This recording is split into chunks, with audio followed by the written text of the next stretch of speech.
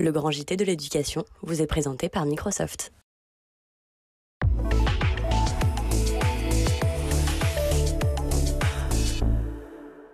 Bonsoir et bienvenue dans le Grand JT. Tout de suite, le sommaire. À l'occasion des grands oraux de fin d'année, nous consacrons la première partie de cette émission au baromètre jeunesse et expression orale mené par Eloquentia avec Opinionway. Ce sera en première partie avec nos invités.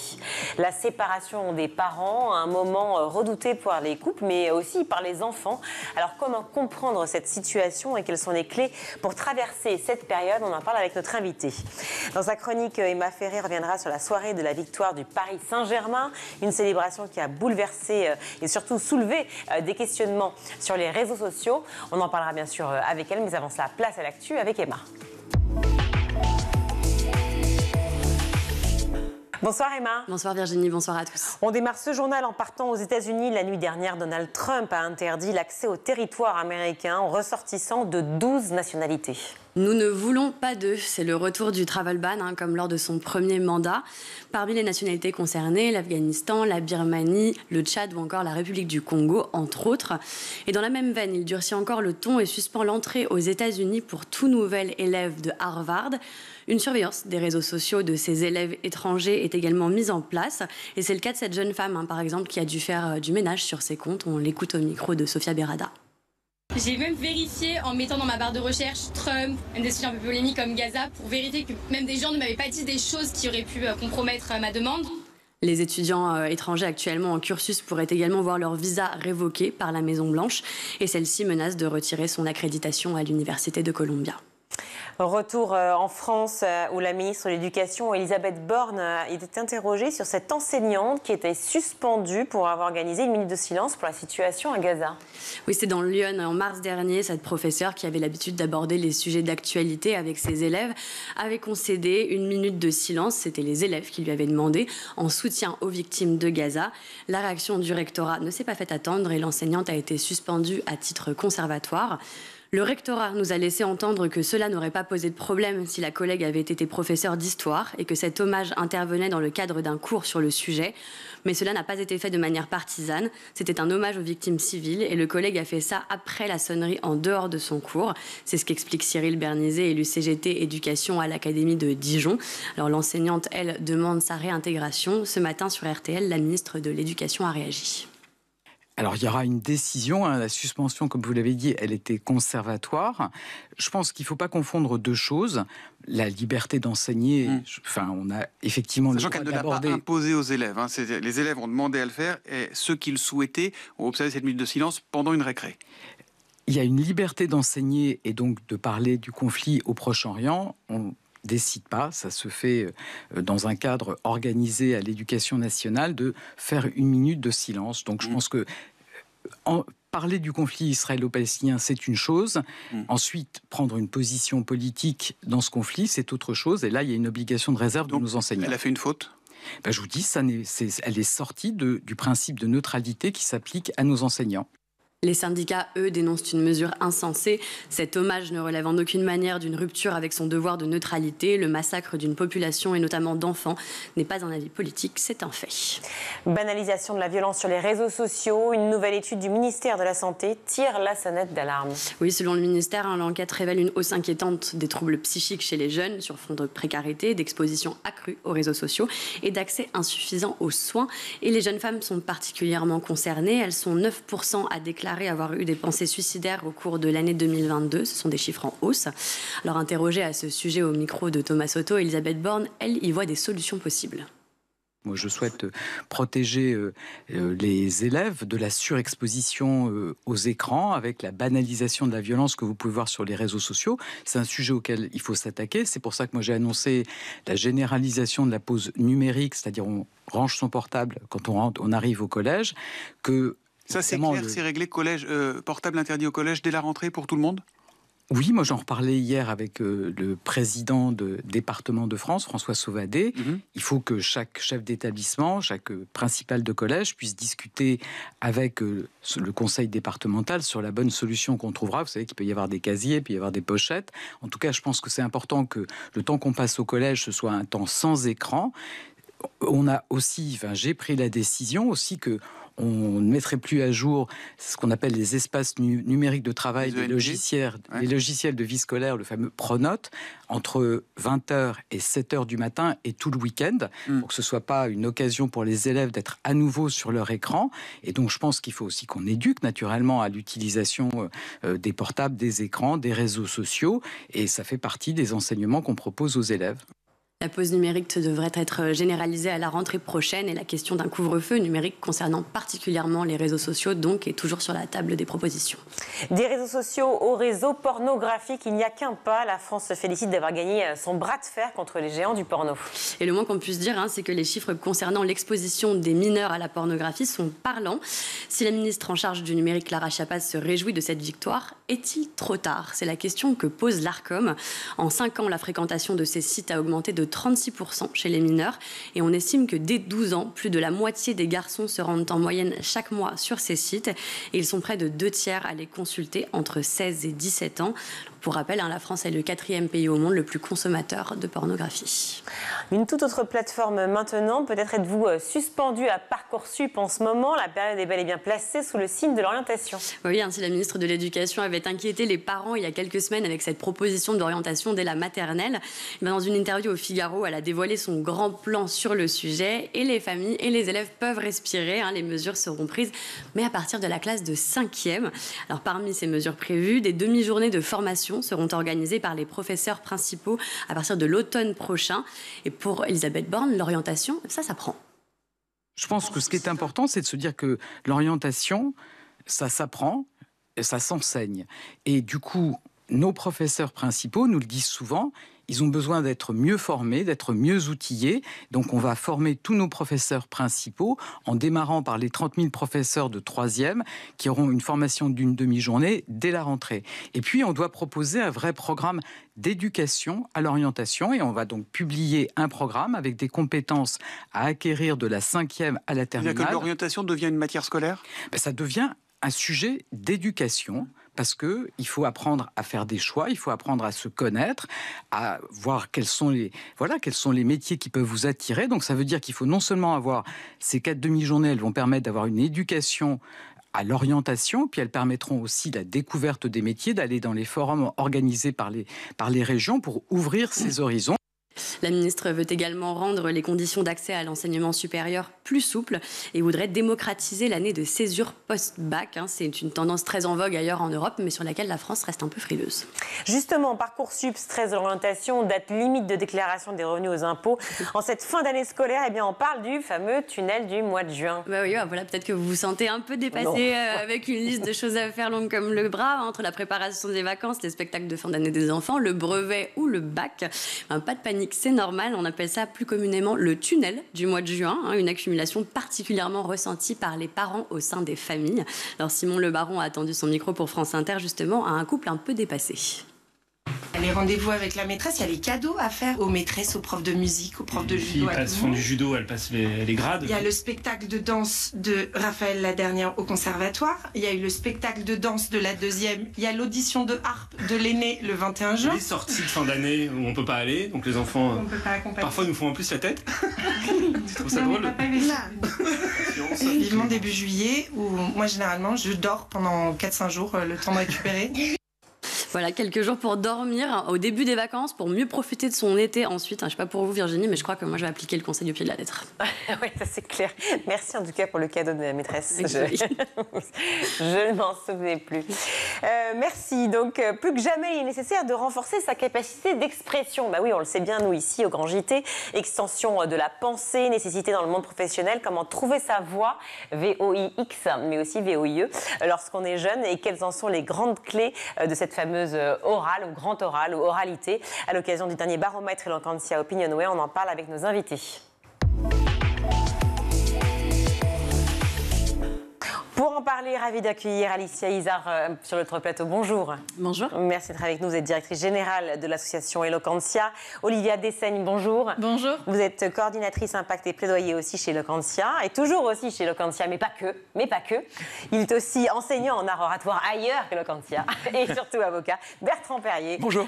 Bonjour, qui est un fidèle du Grand JT. Merci à vous trois d'être avec nous. Vous l'avez compris, on va parler art oratoire aujourd'hui, on va parler éloquence, on va parler aussi jeunesse et expression orale grâce à ce baromètre qui est sorti récemment. 3 jeunes sur 4 ne se sentent pas à l'aise avec l'oralité, et pourtant, eh bien, on pourrait croire que ces exercices oraux dont on parle de plus en plus et qui sont de plus en plus nombreux à l'école, au contraire, mettraient davantage de pratique pour l'oralité. Manifestement, ce n'est pas le cas. Alicia Izard, pourquoi ? Alors pourquoi d'abord ? Pourquoi cette étude peut-être ? Commencer par ça. Eloquentia, en fait, on agit sur le terrain auprès des jeunes et notamment en milieu scolaire, vous en parliez, depuis 2012. L'enjeu pour nous, c'était vraiment de questionner l'évolution des besoins de ces jeunes autour de la prise de parole, de savoir si nos actions étaient toujours pertinentes par rapport à l'évolution de la pratique et des enjeux de cette jeunesse. Et c'est pour cela qu'on a souhaité créer un baromètre de l'oralité et de la jeunesse, en s'appuyant sur leurs besoins dans le cadre du parcours d'études, de la scolarité, de la poursuite d'études dans le secondaire, mais aussi dans la vie professionnelle, l'insertion, l'évolution de carrière des jeunes, et enfin sur les questions de vie personnelle, en quoi est-ce que la prise de parole peut aider les jeunes à lutter contre l'isolement, à mieux vivre ensemble et surtout à s'engager. Alors maintenant que vous avez dit tout ça, oui, on reviendra à la question essentielle et de base, qui est clairement l'oralité. Est-ce que vous avez une idée de savoir pourquoi, effectivement, de plus en plus, on est finalement dans une configuration avec les réseaux sociaux où on prend la parole, où on se met en scène, on a tendance à pouvoir effectivement travailler l'oralité en classe, et pourquoi pour autant, on le voit, 3 jeunes sur 4, et c'est ce qui ressort de votre baromètre, ne sont pas à l'aise avec l'oralité? Alors finalement, l'oralité, elle n'est pas tant que ça travailler en classe. Les enseignants nous le disent dans l'étude, les jeunes le disent également. Il y a un manque de confiance en soi de la part des jeunes, mais aussi des enseignants dans leur pratique de l'oralité en classe. Et ça, c'est un besoin en fait qu'on a de davantage travailler ces sujets. Et puis vous parliez des réseaux sociaux. Finalement, peu de jeunes se mettent en scène sur les réseaux sociaux. Ils les utilisent beaucoup. Il y a une consommation, mais les jeunes ne se sentent pas forcément à l'aise. Et c'est ce que montre notre étude pour se mettre en scène, que ce soit en appel visio, mener des visioconférences dans le cadre des études ou de la vie professionnelle, ou encore être eux-mêmes sur les réseaux sociaux. Donc finalement, il y a une consommation, mais pas forcément une pratique. On a tendance à penser aux influenceurs, mais ça représente une toute petite partie de la population.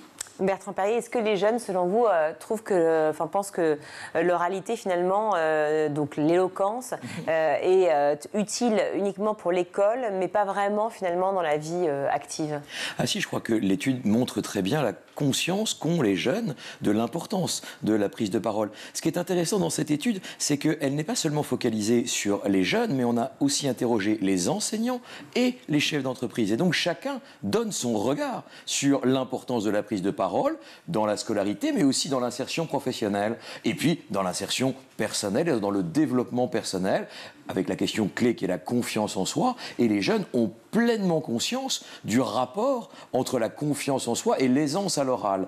Après, moi, ce qui me frappe, on y reviendra peut-être dans cette étude, c'est l'écart garçon-fille, qui est absolument criant dans l'image que l'on a de sa capacité à prendre la parole en public et dans les doutes que l'on a sur sa capacité à convaincre et les inhibitions que l'on se crée. Et chez les filles, c'est beaucoup plus important que chez les garçons. Oui, c'est vrai que c'est beaucoup plus important. Parlons-en dès maintenant d'ailleurs, on ne va pas se refuser ça, mais pourquoi, selon vous, c'est une réalité finalement qui est une illustration de ce qu'est la société, ce clivage clairement entre les deux? Peut-être juste une réaction? Oui, alors d'abord ce que je veux dire, moi j'enseigne à Eloquentia depuis le début, c'est-à-dire il y a une dizaine d'années, et on voit aussi que la mixité progresse chez Eloquentia. De plus en plus, nos formations sont mixtes. Au début, on avait quand même un petit précaré de garçons, parce que dans notre société, hélas, eh bien, la parole, c'est l'attribut du pouvoir, et le pouvoir, c'est l'attribut du patriarcat. Et Eloquentia a été l'une de ces petites graines qui a dit aux jeunes femmes que c'était la clé de l'émancipation.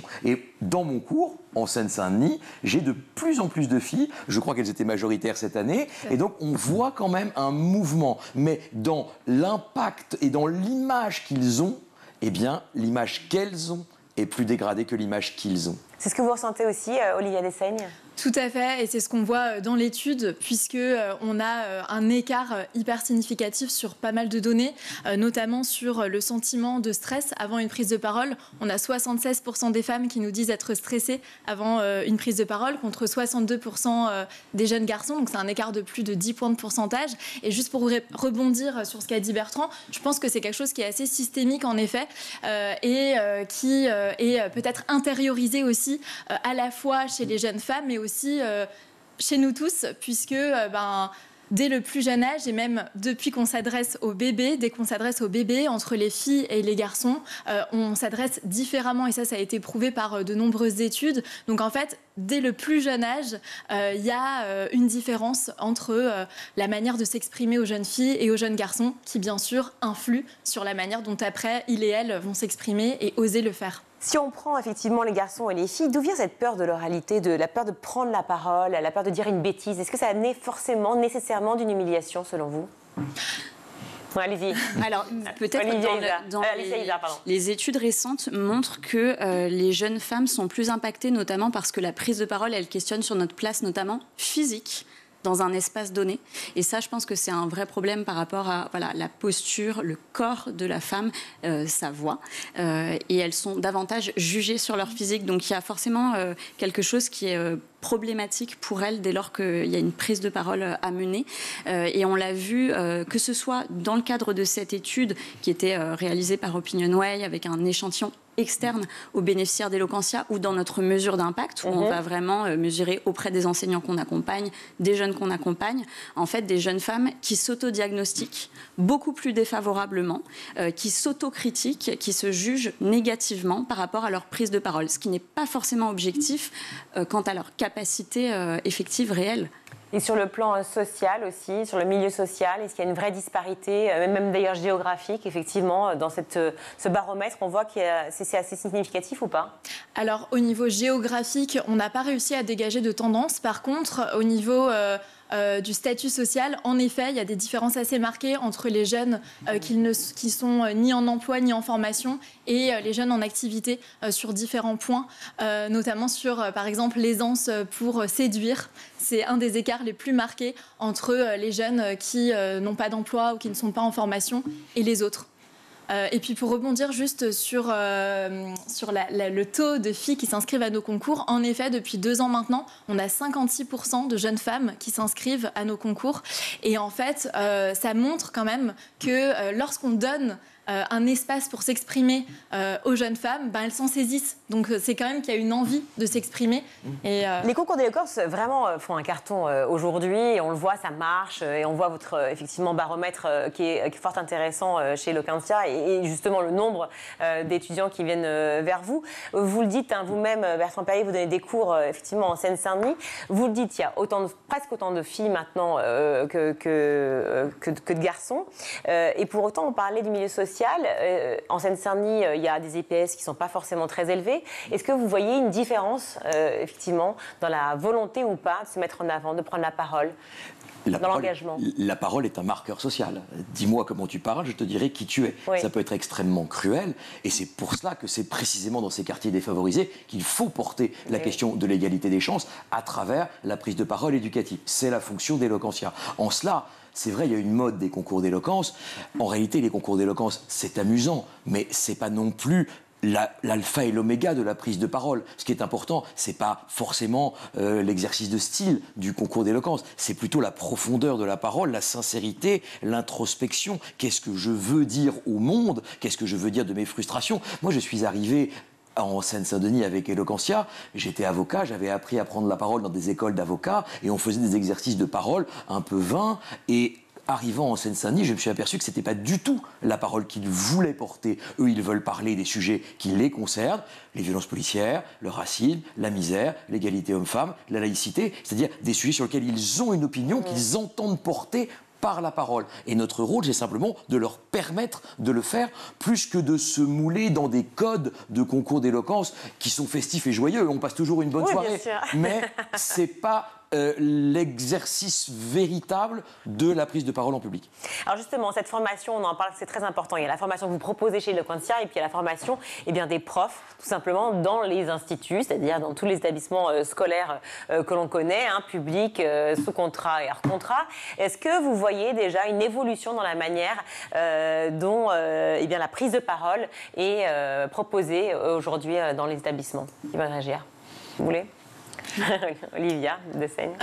On a dans notre étude un chiffre qui est assez frappant aussi, c'est que 8 enseignants sur 10 nous disent ne pas avoir été formés à la prise de parole, que ce soit dans leur formation initiale ou dans leur formation continue.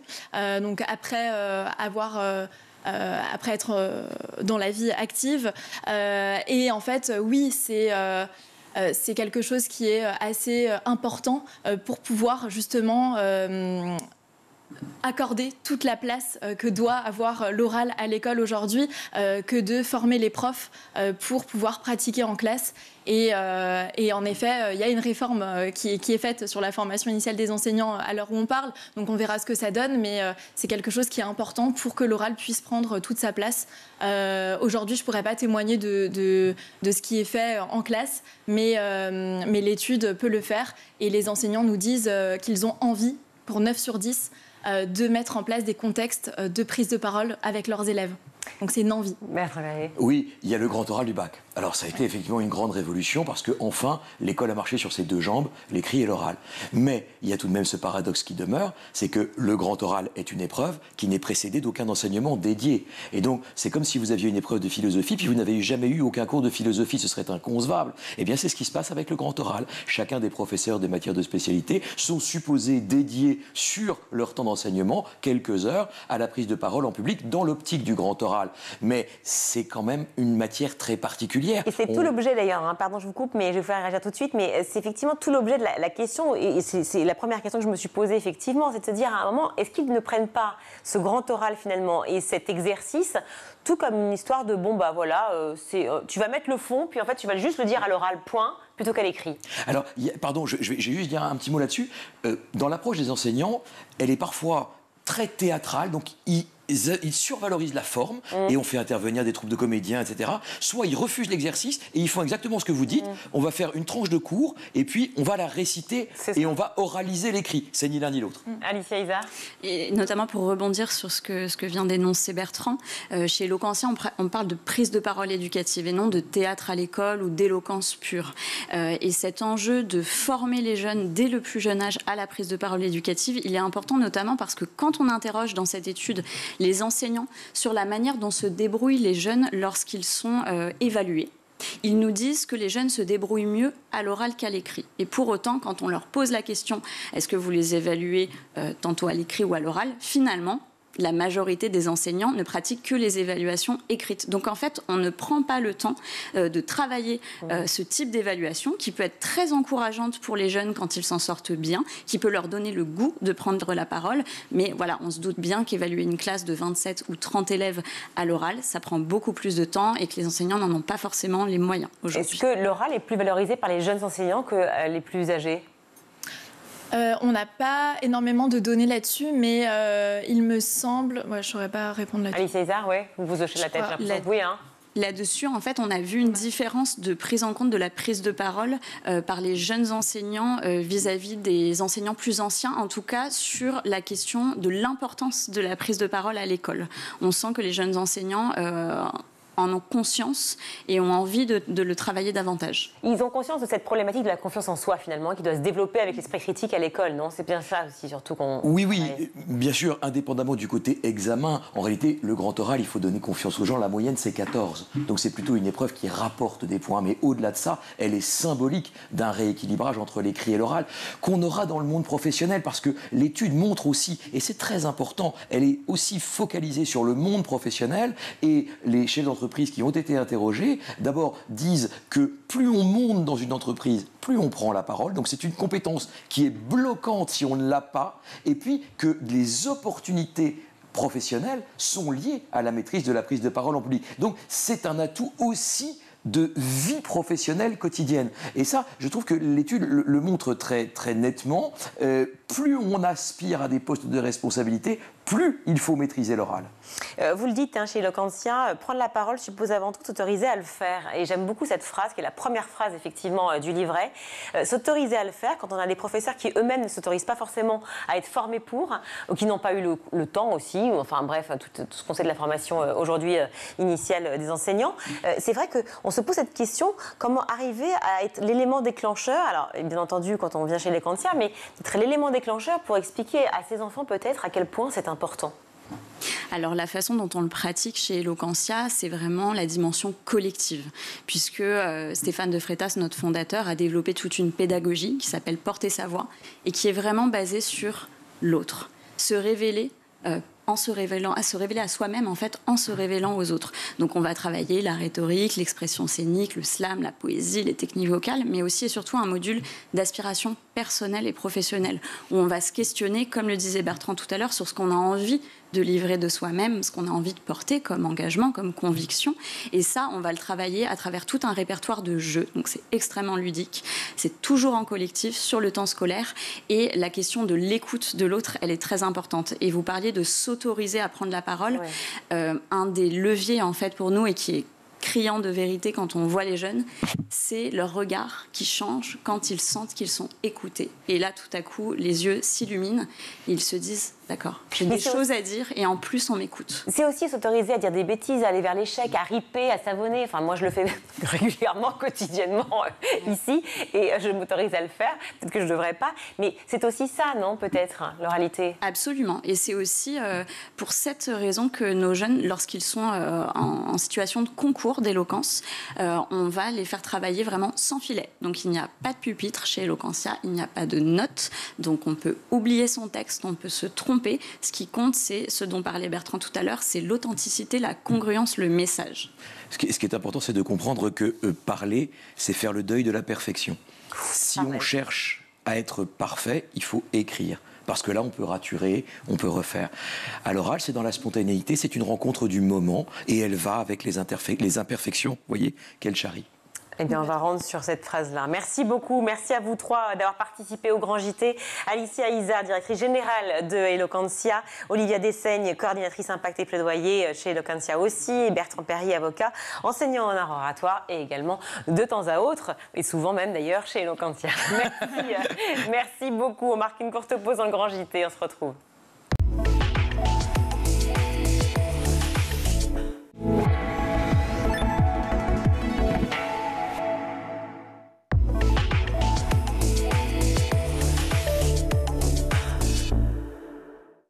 De retour dans le Grand JT, je suis ravie d'accueillir Catherine Bies-Dufaux. Bonjour. Bonjour. Merci beaucoup d'être avec nous. Vous êtes autrice de Mes parents se séparent et alors, la séparation expliquée aux enfants aux éditions DBS de Box Supérieur, qui sont des éditions qu'on connaît bien aussi ici dans le Grand JT. Vous êtes aussi mère de 3 enfants, vous êtes infirmière de formation, thérapeute ainsi que fondatrice et directrice d'une école associative à pédagogie alternative, membre du réseau Arborescence. Et là, vous êtes dédiée effectivement à la séparation des parents. Pourquoi avoir voulu écrire ce livre? Alors, parce que je dirige donc une école alternative depuis quasiment 10 ans. Je fais des suivis effectivement d'enfants et de familles. Et comme il y en a beaucoup, je suis amenée à suivre beaucoup d'enfants en fait qui se séparent, le lapsus est assez étonnant, qui vivent une séparation. Et c'est quelque chose qui est vraiment toujours extrêmement difficile. C'est un passage vraiment compliqué pour eux. Et j'avais plein de choses à dire à ce sujet et plein de choses à leur dire en fait à ces enfants. Voilà. Oui, plein de choses fort intéressantes et puis en plus façon assez moderne, assez différente de ce qu'on peut avoir ailleurs. C'est genre une sorte de boîte à outils à destination des enfants dès 5 ans en plus. C'est assez tôt, enfin en tout cas pour ceux qui savent lire, évidemment, parce que vous avez à la fois donc ce livre, mais aussi du matériel pour les activités, c'est-à-dire carnet de bord, cahier de transmission, tableau, méditation audio. Il y a tout en fait un panel d'outils à disposition des enfants pour comprendre finalement ce qui se passe, ce qui leur arrive. Oui, et ça c'est important. Et dans tous mes livres, j'essaie de mettre plus de choses que simplement des écritures et des BD, parce que du coup les enfants ils aiment beaucoup en fait les BD, les illustrations. Mais pour moi c'est important de leur dire voilà, je vous explique ce qui se passe, je vous explique comment on va faire pour s'en sortir et pour que tout aille bien finalement. Et puis en plus je vous donne les clés en fait pour que vous soyez vraiment autonome dans votre vie en fait, que ça devienne vraiment un livre outil que l'on garde sur la table de chevet et qu'ils puissent s'en servir dès qu'ils en ont besoin en fait, qu'ils se disent ah tiens oui c'est vrai là en ce moment c'est vraiment tendu entre mes parents, je vais sortir le cahier de transmission. C'est vraiment l'idée d'avoir un livre qui vive avec eux en fait. Comment adapter votre langage pour expliquer justement à des enfants de 7-10 ans, mais même voire 15 ans d'ailleurs, parce que même pour un adolescent, c'est compliqué à comprendre, justement ce qui est une séparation, qui en fait est un moment clé dans l'étape d'un couple, mais adulte, et pas forcément comprise du coup lorsqu'on est enfant, puisqu'on n'a pas forcément vécu ce genre de moment, évidemment. Comment on en parle Déjà, on en parle parce que finalement, je me rends compte que ces enfants, il y en a beaucoup en fait qui s'autorisent pas à en parler. Donc c'est important en fait. Moi dans mon bureau, les enfants ont énormément de choses à dire et ils se restreignent beaucoup en fait parce qu'ils protègent énormément leurs parents et donc ils ont besoin d'avoir un espace vraiment pour pouvoir souffler un peu et pour avoir une personne adulte qui soit capable de leur dire vraiment tout.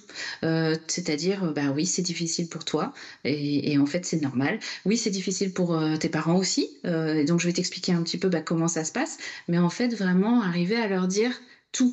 Alors d'une manière adaptée finalement, pas tant que ça, mais surtout en fait sans filtre en fait. C'est surtout ça que je prône. Beaucoup d'émotions qui traversent les enfants à cette période-là, l'incompréhension très souvent. Souvent ils le prennent pour eux, ce qui évidemment n'est pas le cas, mais ils se sentent un peu pris dans un étau, au milieu d'un couple, et vous donnez justement ces clés peut-être pour se détacher un peu de cela. Oui, et en fait ils sont... c'est pas leur histoire et c'est ça que je dis aussi dans le livre, c'est de leur faire comprendre qu'effectivement ce n'est pas leur histoire, mais malgré tout c'est leur histoire quand même parce qu'ils le vivent et qu'ils sont contraints de le vivre. Les adultes le choisissent et le subissent, mais les enfants finalement encore plus parce que voilà ils s'éteignent un petit peu là-dedans et finalement ils n'arrivent pas à s'en sortir. Ils ressentent énormément d'émotions désagréables et négatives, mais en fait ils n'arrivent même pas à le dire. Donc oui c'est important en fait de pouvoir leur dire c'est pas ton histoire, donc ne le porte pas, ne culpabilise pas parce que ce n'est pas ta faute, ce n'est pas toi qui te sépare en fait, ce sont les parents qui se séparent, mais toi tu restes leur enfant à tous les deux, ça c'est important, mais malgré tout tu ressens des choses et ça c'est normal aussi, donc il faut le gérer quoi. De nombreux couples vivent en plus de cela des périodes difficiles dans leur comportement, dans leur dialogue, s'il y en a des dialogues, donc avec des mots qui fusent, avec des énervements, des colères, parfois des pleurs. C'est aussi ça que gèrent les enfants à ce moment-là. Oui, et c'est pour ça que j'ai eu l'idée de ce cahier de transmission, mais le cahier de bord aussi, en fait, qui permet de pouvoir tout dire et tout écrire en fait sur ce carnet pour que l'enfant il puisse vraiment pouvoir tout poser et en même temps ne pas se retrouver au milieu en fait de tensions et de moments qui sont difficiles et c'est souvent globalement sur les gardes alternées, c'est souvent les moments de transition. Donc c'est vrai que l'idée en fait c'est de les protéger en fait et de leur dire protège-toi parce que c'est pas facile, parce que oui tes parents il y a des moments c'est difficile et puis ils crient ou alors ils se disent des choses qui sont difficiles à entendre, tu vas l'entendre et c'est comme ça, mais protège-toi. Et vous parlez d'une personne ressource, racontez-nous. La personne ressource, c'est ça, c'est l'idée vraiment de l'adulte ou du grand. Donc ça peut être un grand frère, une grande sœur, mais ça peut être un adulte même au collège ou à l'école, une maîtresse ou un pion, quelqu'un qui est disponible, mais qui est disponible pas dans le temps, qui est disponible en tant que posture, c'est-à-dire qui est là en fait pour vraiment accueillir les émotions de l'enfant et qui est une personne de confiance, une personne où l'enfant va pouvoir vraiment dire tout ce qu'il ressent, et pouvoir dire voilà, en fait là je me sens pas bien, mais réellement je me sens pas bien parce que je sais que je peux tout te dire à toi, parce que je peux te faire confiance, parce qu'il y aura pas derrière quelque chose de pire ou de punition voilà, j'ose dire parce que tu es ma personne ressource. Donc l'idée dans ce livre, c'est vraiment de leur dire ça existe, il faut vraiment que tu identifies cette personne et après vas-y, lâche tout et tu peux faire confiance en cette personne et tout va bien. Ce petit carnet de bord dont vous parlez, il doit être lu par les parents ou par justement une personne tierce ou par la psychologue de la famille? Qu'est-ce qu'on en fait? En fait, ça dépend de l'enfant, pour le coup. Mais c'est vrai que oui, sur la personne ressource, ça c'est important que l'enfant puisse ne pas tout cacher. Alors qu'il ait son jardin secret, oui, c'est important par rapport aux parents. Donc, que les parents ne le lisent pas forcément, ça c'est bien. Mais qu'il puisse y avoir cette personne ressource ou le psychologue ou quelqu'un de l'école qui puisse être là en garde-fou, en fait, pour dire, voilà... finalement comment il va quoi. Donc voilà, c'est aussi important, mais aussi c'est important parce que ça permet d'avoir ce carnet où l'enfant peut écrire vraiment je vais vraiment pas bien. Donc voilà, ça peut aussi aider les enfants. Et peut-être les amener vers un accompagnement psychologique lorsque l'on sent vraiment une nécessité. Oui, oui, ça c'est sûr. Et là aussi, encore une fois, l'école a son rôle à jouer là-dedans, et la personne ressource aussi. Donc oui, ça c'est sûr. Et en vrai, de toute façon, la séparation, c'est difficile pour tous les enfants, on va pas se mentir. Donc même quand les parents s'entendent, même quand ils le font avec beaucoup de patience, d'intelligence, de communication, dans tous les cas, c'est un moment qui est difficile pour les enfants. Et ça, on peut être autant dans le déni qu'on veut. Dans tous les cas, en fait, c'est difficile. Et donc, il y a toujours plusieurs mois qui sont compliqués pour eux. Et moi, même avec des séparations qui se passent bien, de toute façon, les enfants souffrent. Donc, à la limite, voilà, savoir qu'un couple se sépare, prendre un rendez-vous avec un psychologue... Ça mange pas de pain. Ça peut faire du bien. Oui, ce sera toujours bénéfique, bien entendu. Merci beaucoup. Alors, sachez donc que Mes parents se séparent et alors, ce livre existe. Il est formidable pour les enfants. Pour ceux qui se disent, franchement, j'ai rien demandé, qu'est-ce qui m'arrive? Je comprends pas mes émotions, je ne sais pas comment gérer. Et j'ai envie de mieux comprendre, mieux savoir comment appréhender la situation. Et puis aussi pour les parents, je crois que c'est pas mal aussi de pouvoir lire ce genre de livre et de le partager avec vos enfants. Voilà. Donc, livre écrit par Catherine Viès-Dufaux, que je remercie. Merci d'avoir participé au Grand JT. Illustration de Valérie Determerman. Pardon, pour d'avoir écorché son nom de famille. Merci à vous. À bientôt. On va retrouver tout de suite Emma pour sa chronique.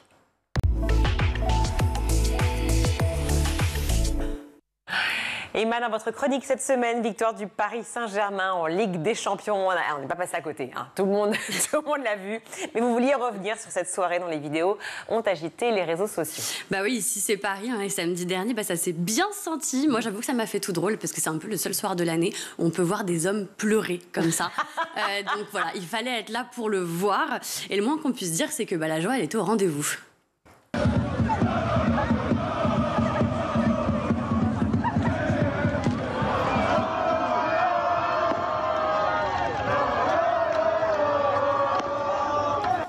Oui, 5-0 dans un match aussi dominé par les Parisiens, ça fait plaisir, on le sait, les liesses populaires, c'est toujours l'occasion de descendre dans la rue et de célébrer. Et encore, on ne parle pas de la France entière parce que je vous laisse imaginer ce que ça aurait été si les Marseillais s'étaient joints à la fête. Alors si les Champs-Élysées étaient préparés, et bien les politiques aussi, Emma. Oui, le dispositif prévu par Beauvau était forcément important pour un tel événement. On a pu voir des scènes assez impressionnantes, mais ça c'est souvent normal dans ce cas-là.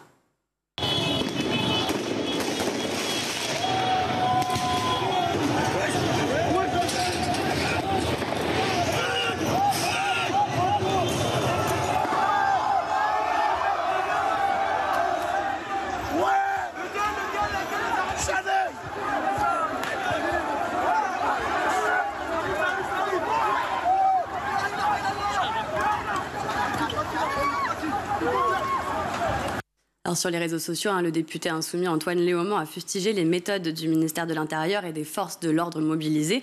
La bataille politique se mène aussi sur le terrain du sport et des célébrations. Et toutes les occasions sont bonnes pour la récupération, mais cette fois, ce n'était pas celle du ballon. Opération de gazage, voilà. Toute la fumée que vous voyez là, c'est des lacrymos. C'est irrespirable.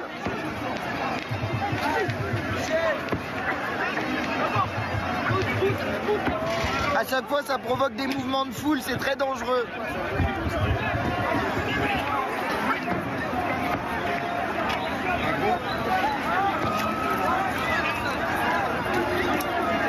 Voilà ce que fait Monsieur Retailleau en guise de maintien de l'ordre. Empêcher les gens de venir aux Champs-Élysées juste célébrer une victoire. Et après, il va aller se plaindre sur les plateaux télé du fait qu'il y a des mouvements de foule. Alors à dénonciation à gauche, dénonciation à droite aussi, et dans le cas présent, toutes les conditions étaient réunies pour que les élus RN et la droite radicale en général s'emparent de ces images, voire les détournent.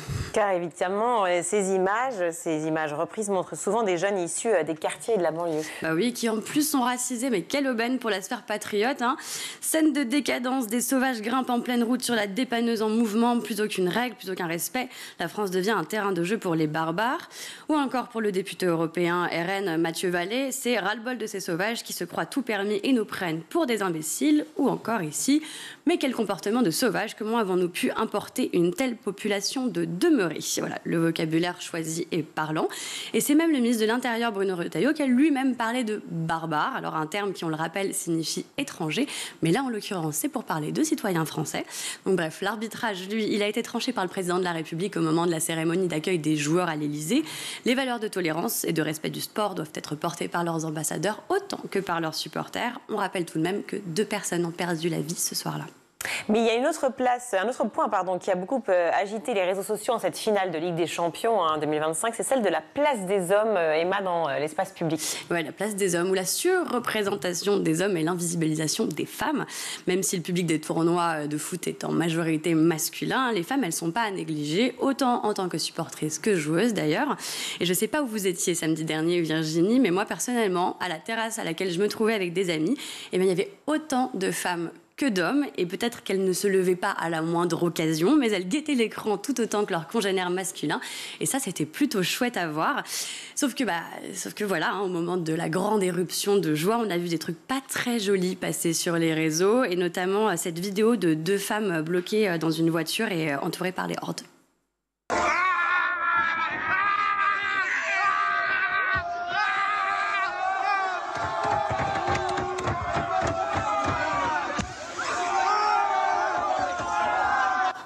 Une scène qui apparemment pouvait être marrante pour certains, mais qui ne l'est pas, puisque la terreur des femmes, elle se lit clairement sur leur visage et les hommes en rient. Alors les messages, ils ont pullulé sur le réseau social X et ils remettent en cause la place des femmes dans ce genre de célébration de façon assez claire. On va regarder. Les crasseuses là qui se sont habillées en jupe, mini-jupe, etc. sans maillot du Paris Saint-Germain, rentrez à la maison. Wallah, frère, c'est trop une dinguerie de faire ça. Oh, vous êtes venus pour supporter Paname ou vous êtes venus pour vous faire draguer? Je comprends pas, wallah. Alors comme ça, les femmes qui mettent des jupes sont des crasseuses? Mais tu te crois où, mon garçon? Dis-moi où est-ce que tu te crois? Et pour qui tu te prends aussi? Et en plus, quelques messages postés, évidemment. Par exemple, ce tweet. « Aucune femme pourra nous donner les émotions qu'on est en train de vivre avec le PSG. Aucune femme. » Ou encore, ceux qui vont laisser leur meuf aller sur les champs demain soir après le match du PSG. Courage. Ah, c'est sympa. Pardon, mais sans voix. Second degré ou vrai phénomène sociologique, donc c'est vrai que le sport est souvent l'occasion d'observer les humains vivre ensemble. Faire communion, comme on dit, c'est un assez bon exemple. C'est vrai, le sport de l'état des rapports entre les citoyens et les politiques, mais aussi du rapport entre les sexes. Et à ce sujet, moi j'ai ma palme pour cette soirée de la Ligue des Champions. À mon sens, elle est décernée à cet homme. Regardez. Il y a le pilote qui sort, il nous a demandé de rester calme pour ce match. J'ai laissé ma femme qui vient d'accoucher à la maternité. Donc s'il vous plaît, tous ensemble. Bon voilà, heureusement que tous les papas sont pas comme ça, mais quand même, comme on dit, on en est là. Voilà. Donc en fait, après, je voulais soulever quand même et finir avec une observation qui est relayée par Damien Lecuyer sur LinkedIn. Il est intervenant social en commissariat et il pointe un fait très important. Il rappelle que les défaites sportives sont statistiquement liées à une hausse des violences au sein du couple. Et les études en France montrent que les matchs et l'alcool précipitent les passages à l'acte car les excès et les normes virilistes légitiment la violence. Je me joins donc à sa proposition. Et si pendant la mi-temps, on ne diffusait pas des spots de prévention? Pas mal. Ou alors qu'on évitait à ces mecs de pulluler sur les réseaux aussi, c'est pas mal. Accessoirement, oui. Merci beaucoup, Emma. On va tout de suite retrouver le meilleur de School TV avec le Zap. Tout ce qui a trait à la morale, à l'éthique. En gros, c'est tout ce qui examine ce qui est juste, pas juste. Enfin, c'est vraiment une branche de la philo pour les enfants, parce que tout le côté Calimero avec sa coquille d'œuvre, c'est vraiment trop injuste.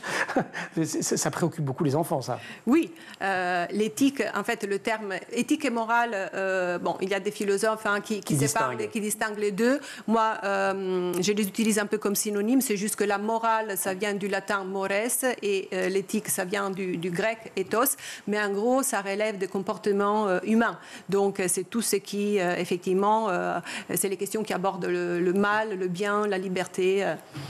Question, pourquoi je ne suis pas libre de faire tout ce qui me passe par la tête, par exemple? Voilà, ça c'est une question qui revient très souvent chez les enfants. Pourquoi? Parce que tout de suite sont confrontés à des limites, à quelque chose qui limite leur liberté, à des règles, à la maison, à l'école, partout. Donc, par exemple, je peux souhaiter de voler comme un oiseau ou bien de soulever un camion avec un doigt, et pourtant, il y a des lois. Alors ça, c'est les lois de la physique, ça nous remet à la rubrique d'avant, c'est pas trop compliqué. Mais il y a aussi des comportements qu'on peut envie d'avoir et qui ne sont pas limités par les lois de la physique. Non, donc la liberté peut être, oui, bien sûr, limitée par les lois de la nature, mais aussi en tant qu'être humain, on vit dans une société, et donc il y a des normes qui permettent de réguler, de gérer les relations entre les humains. Il suffirait juste de penser que le code de la route n'existe pas, il y aurait des accidents à tout va. Donc, évidemment, il y a des limites extérieures à ma liberté, donc loi de la nature, normes sociales. Et puis, on peut parler aussi de limites intérieures. Quels sont les principaux manques ou les principales défaillances, selon vous, du système d'orientation en France, auxquels vous avez quelque part voulu répondre avec Sensei? En fait, aujourd'hui, j'utilise souvent une analogie qui est celle d'un mal-être et d'un médecin. Quand on ne se sent pas bien, qu'est-ce qu'on fait? Est-ce qu'on décide de s'auto-médicamenter, de se dire, je sais pas, j'ai mal au ventre, je vais tenter de prendre ça dans les tiroirs. Quand on ne connaît pas la source du mal, des fois, on peut tenter des choses, mais on empire. Donc, qu'est-ce qu'on va faire? On va consulter un professionnel qui, lui, va faire un diagnostic et ensuite va nous aider à suivre un traitement, va nous donner un plan d'action et on ira mieux. J'utilise souvent cette analogie par rapport au bilan de compétences parce que c'est vraiment ce diagnostic qui permet de savoir pourquoi on n'est pas bien dans sa vie professionnelle. Mais c'est exactement la même chose finalement pour un jeune qui, à ce moment-là, souffre déjà d'un mal-être professionnel. C'est le mal-être Parcoursup, celui qui doit finalement le mettre sur la voie du monde du travail. Déjà à ce moment-là, il souffre d'un mal. Et finalement, s'il essaye tout seul de se dire tiens, je vais peut-être essayer de postuler là, et là, peut-être que là, je serai heureux, peut-être que ça soignera ce mal. En fait, à ce moment-là, déjà, on commence l'automédicamentation et la solution finalement la plus adaptée, c'est de se faire accompagner. On dit souvent que les gens ne sont plus forcément ou solidaires ou ne donnent plus forcément de leur temps. Vous vous inscrivez en faux, c'est ce que vous avez justement pendant 23 ans. Il y a de plus en plus de gens qui sont à même de donner de leur temps pour aider telle ou telle association? Oui. Il y a de plus en plus de personnes qui sont prêtes à offrir du temps, notamment chez les jeunes. Et ça, c'est extrêmement intéressant. France Bénévolat a publié récemment des statistiques avec Ipsos disant que les jeunes s'engagent de plus en plus dans le bénévolat, mais sont de plus en plus volatiles et il y a de plus en plus de turnover. Donc, il faut des règles qui soient un peu plus structurées, des associations un peu plus encadrantes, entre guillemets, pour permettre l'accueil de ces publics. Et ça, c'est extrêmement important aussi, parce que il ne faut pas opposer bénévolat à professionnalisme. Une action bénévole doit être professionnelle. On s'occupe d'autres personnes, notamment quand on parle de solidarité. Professionnel ne veut pas dire salarié. C'est l'engagement bénévole qui doit être de qualité. Et donc, on a tout un parcours de formation pour ces bénévoles, de sorte à ce qu'ils puissent être les meilleurs au contact de l'association. Je parle d'un côté de Diogène et de Rousseau. Pourquoi? Parce que pour ces philosophes, la politesse est une convention hypocrite. Hein, donc, Diogène, c'est ce célèbre philosophe dans son tonneau. Alexandre, le grand Alexandre, se met devant lui. Il lui dit qu'est-ce que je peux faire pour toi? Il lui dit ôte-toi de mon soleil. Ôte-toi de mon soleil. Voilà, pousse-toi parce que toute ta puissance, ton or, j'en ai rien à faire. Exactement. La vraie liberté pour Diogène consistait dans le détachement des biens matériels et considérer justement du haut de cette position-là, les Athéniens comme des hypocrites. Et donc, il leur crachait dessus. Et un peu la même position vis-à-vis de la politesse, même si pour des raisons différentes, c'est celle de Rousseau. Rousseau qui, pareil, nous dit la politesse nous éloigne de notre vraie nature et nous empêche d'avoir des vraies relations. Tout ce qui c'est un produit en fait de la culture. Donc pour Rousseau, effectivement, nous éloigne de ce que nous sommes profondément. Contrairement à cette vision négative de la politesse, j'ai fait référence aussi à un philosophe contemporain, c'est Alain. Alain, au contraire, il nous dit qu'est-ce que deviendraient les relations humaines sans la politesse. Si on enlève les bonjours, s'il te plaît, merci, etc., on aurait effectivement des relations beaucoup plus arides, beaucoup moins douces. Donc finalement, on voit bien que la politesse peut être aussi une qualité humaine. Est-ce que ça, c'est un problème strictement français ou est-ce que vous avez un point de vue peut-être plus global, plus général sur ce qui se fait à l'étranger aussi? Est-ce qu'il y a des bonnes pratiques dont on pourrait s'inspirer ici en France? Alors, une bonne pratique qui, en tout cas, une bonne volonté, je ne sais pas pour l'instant où ça en est, c'est un projet qui a été porté en Belgique d'instaurer un bilan de compétences à la sortie du secondaire, donc ça correspond à peu près à la période du lycée. Pour vraiment savoir ce qui est fait pour nous, ce dans quoi on prendrait plaisir, ce qui nous motiverait, là où sont nos centres d'intérêt, nos centres de vocation, pour faire des bons choix. Et ça, je trouve que c'est une excellente initiative. C'est quelque part ce que vous proposez, mais eux le font, ou en tout cas le feraient de manière quasiment obligatoire, de ce que je comprends, pour tous les élèves. Exactement. Et c'est ce que vous poussez, évidemment, ici en France. C'est ce qu'on pousse. Alors, on n'est pas les seuls. Il y a un rapport du MEDEF, notamment, qui date d'avril, qui a fait une proposition. Il y avait 14 propositions. Et parmi ces propositions, il y avait celle d'instaurer un bilan d'orientation obligatoire dès le collège. D'accord. Pour, finalement, réduire le côté... le décrochage peut-être scolaire. Et qui a un coût aussi sociétal énorme. Et effectivement. Quelles sont les compétences d'un jeune qui est encore étudiant ou lycéen? Comment est-ce que vous les valorisez? Alors, pour les étudiants qui sont notamment dans les études plus techniques peut-être, l'usage des réseaux sociaux est quelque chose qu'ils maîtrisent parfaitement. Et donc, en fait, ça, c'est une vraie compétence pour un certain nombre d'associations où il y a des seniors. Beaucoup de jeunes aussi, étudiants aussi, savent écouter. Et à Versailles, l'an dernier, on a travaillé avec des EHPAD, des associations qui agissent dans des EHPAD, pour simplement écouter des personnes âgées et faire de l'intergénérationnel et écrire des bouquins. Et finalement, ce sont les jeunes qui ont écouté les histoires racontées par les seniors, les personnes les plus âgées, et qui, en fin d'année, ont produit un livre qui a été offert aux seniors. Et ça, c'est magique, cet intergénérationnel. Et les jeunes, donc, en l'occurrence les étudiants, peuvent participer à ces actions très, très volontiers. Ils sont les bienvenus. Avec une autre difficulté, en 2024, on a énormément travaillé sur tout ce qui est santé mentale.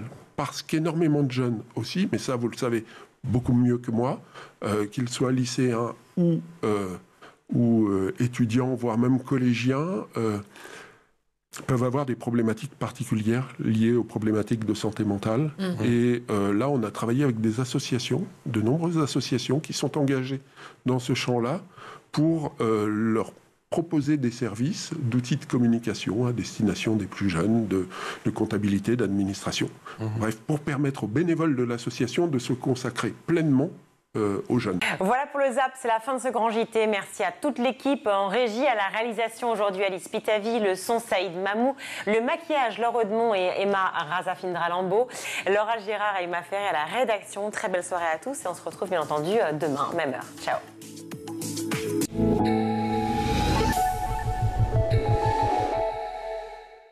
Vous avez regardé le grand JT de l'éducation avec Micro.